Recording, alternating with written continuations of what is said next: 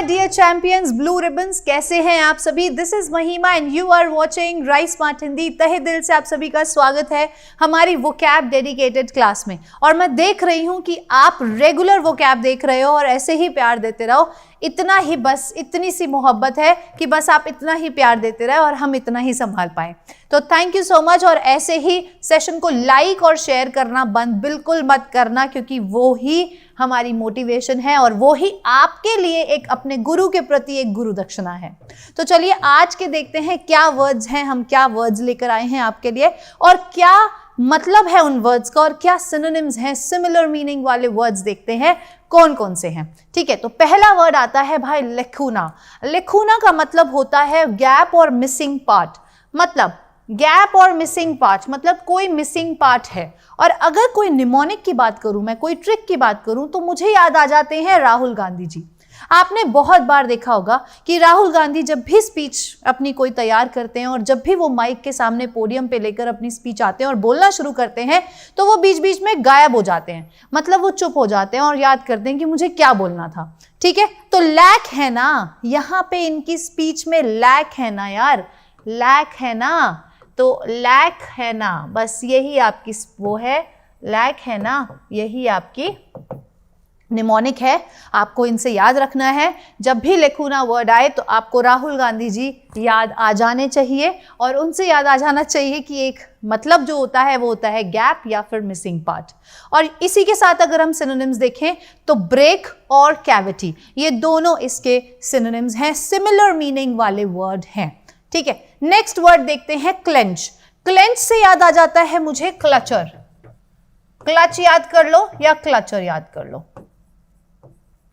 वैसे तो क्लच जो है वो लेडीज के पर्स को भी बोलते हैं, छोटा सा क्लच होता है, लेकिन आप क्लच या क्लचर, ठीक है, जो बालों में बांधते हैं। ठीक है, तो क्लेंच का मतलब होता है कोई चीज को टाइटली कंप्रेस करना, एक दूसरे से जोड़कर रखना। और यही क्लचर का भी काम होता है। लड़कियां क्यों क्लचर लगाती हैं? ताकि उनके बाल पीछे से हाफ टाई रहें। ठीक है, तो यही इसका मतलब है। और सिनोनिम्स की बात करें तो clamp and clasp are the two similar meaning words. Synonym जो है वो क्लैंप और क्लैस्प है। ठीक है जी, नेक्स्ट वर्ड देखते हैं भाई। नेक्स्ट वर्ड है सक्यूलेंट। सक्यूलेंट में आपको एक साउंड आ रही है सक, है ना। जो भी फ्रूट हम सक कर सकते हैं वो सक्यूलेंट होते हैं।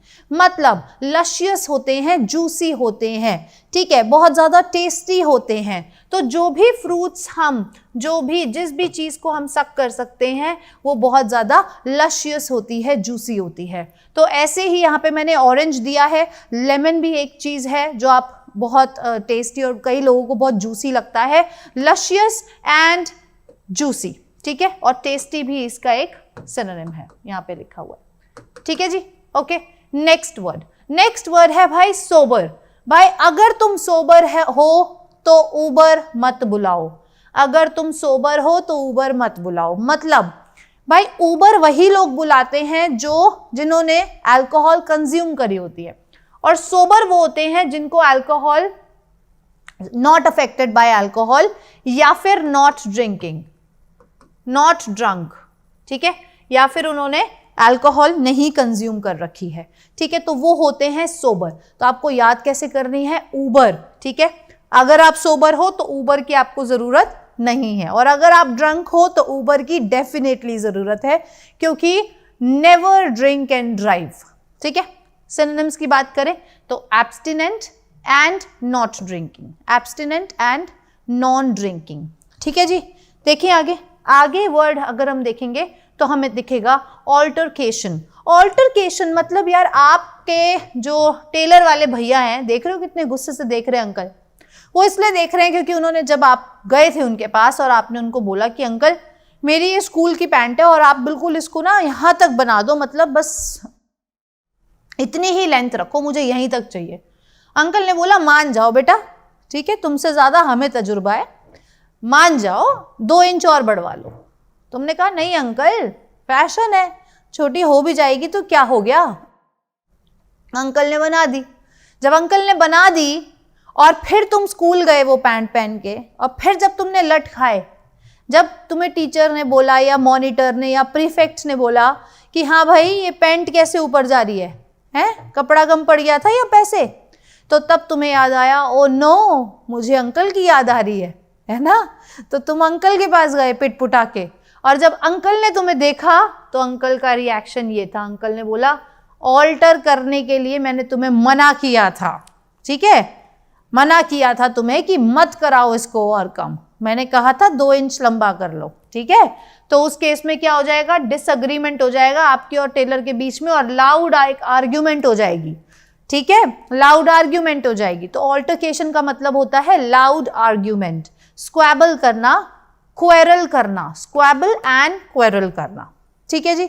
नेक्स्ट वर्ड अगर हम देखें तो नेक्स्ट वर्ड है टॉट, ठीक है। टॉट का मतलब होता है एक तो टाइट और एक होता है एक्साइटेड या नर्वस।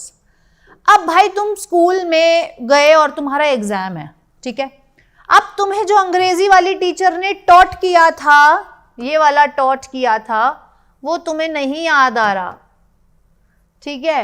अंग्रेजी वाली मैडम ने कहा था कि जो पढ़ा रहे हैं ना वो पढ़ लो, पर तुमको नहीं पढ़ना था उस टाइम, तुम्हें बाबू सोना मोना से के साथ बंक करना था। तो अब तुम भूल गए कि जो टीचर ने टॉट किया था वो तो याद आ नहीं रहा। तो जब याद नहीं आ रहा तो अब क्या होने वाला है, क्या होने वाला है, आप नर्वस हो। तो यही टॉट का मीनिंग होता है, ठीक है। जब टीचर का टॉट करा हुआ ना टॉट याद आए तो वो फिर नर्वस होते हैं हम, ठीक है। टेंस एंड स्ट्रेस्ड, ये दोनों क्या है, सिमिलर मीनिंग वाले वर्ड्स हैं, ठीक है जी।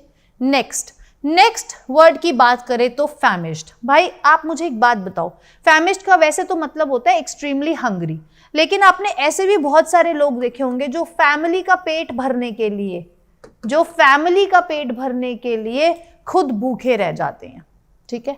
एक माँ जो फैमिली का पेट भरने के लिए, अपने बच्चों का पेट भरने के लिए पूरे दिन घरों में काम करती है और रात को जो खाना लेकर आती है या बनाती है वो अपने बच्चों को पहले खिलाती है, और जब वो खुद खाने बैठती है तो अगर एक माँ खा रही है और उस बीच में बच्चे ने बोल दिया कि माँ एक चपाती और चाहिए या एक रोटी और चाहिए, तो माँ बोलती है कि ठीक है, वो अपना निवाला भी वापस रखकर और उस बच्चे को दे देती है, ठीक है। तो फैमिली के लिए जो इंसान भूखे रहते हैं वो एक्सट्रीमली हंग्री होते हैं, ठीक है। तो इसके सिनोनिम्स अगर हम याद करें तो हॉलो एंड रैवनस, मतलब रावण की तरह खाने का मन है क्योंकि कुछ मिला नहीं है, रावण की तरह, ठीक है, बहुत भूखे हम, इतना खा जाएंगे, I could eat a horse, ठीक है।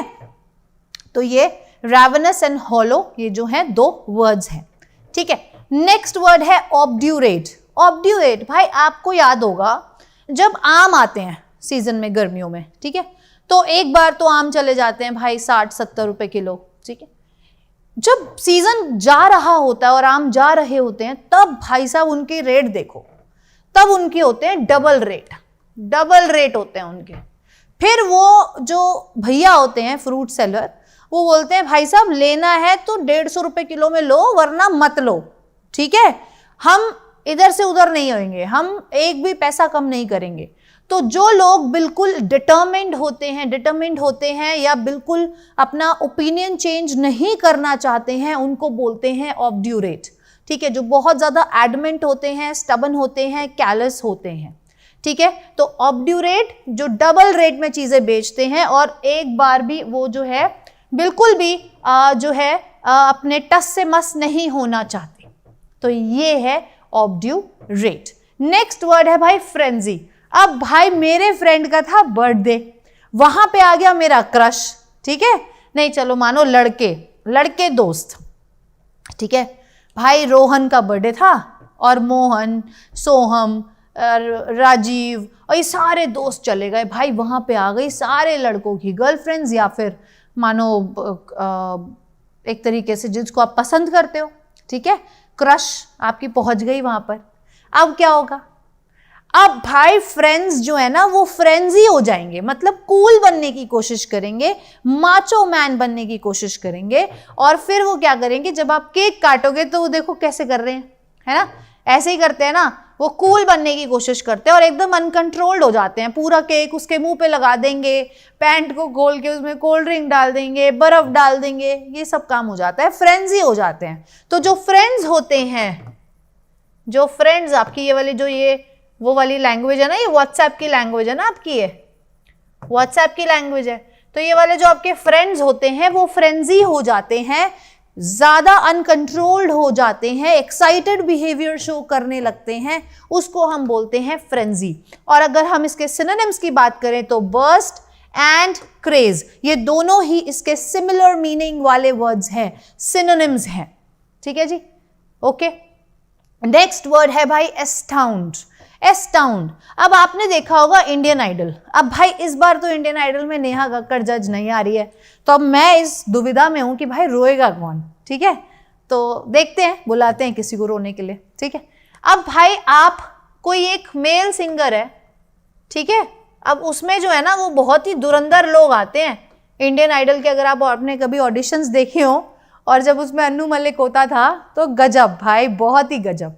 तो जब वो सिंगर्स आते थे और अपना ऑडिशन शुरू करते थे, तो जो मेल सिंगर्स को अगर कह दिया जाए कि फीमेल साउंड में गाओ, तो फीमेल साउंड में जब वो गाते थे, या कभी भी ऐसे सिंगर्स जो होते थे वहां आते थे, तो लोग और अन्नू मलिक और जो बाकी के जितने भी श्रेया घोषाल और जितने भी वहां पे जजेस थे, वो क्या हो जाते थे, एस्टाउंड हो जाते थे, मतलब उनको शॉक लग जाता था, वो ग्रेटली सरप्राइज हो जाते थे।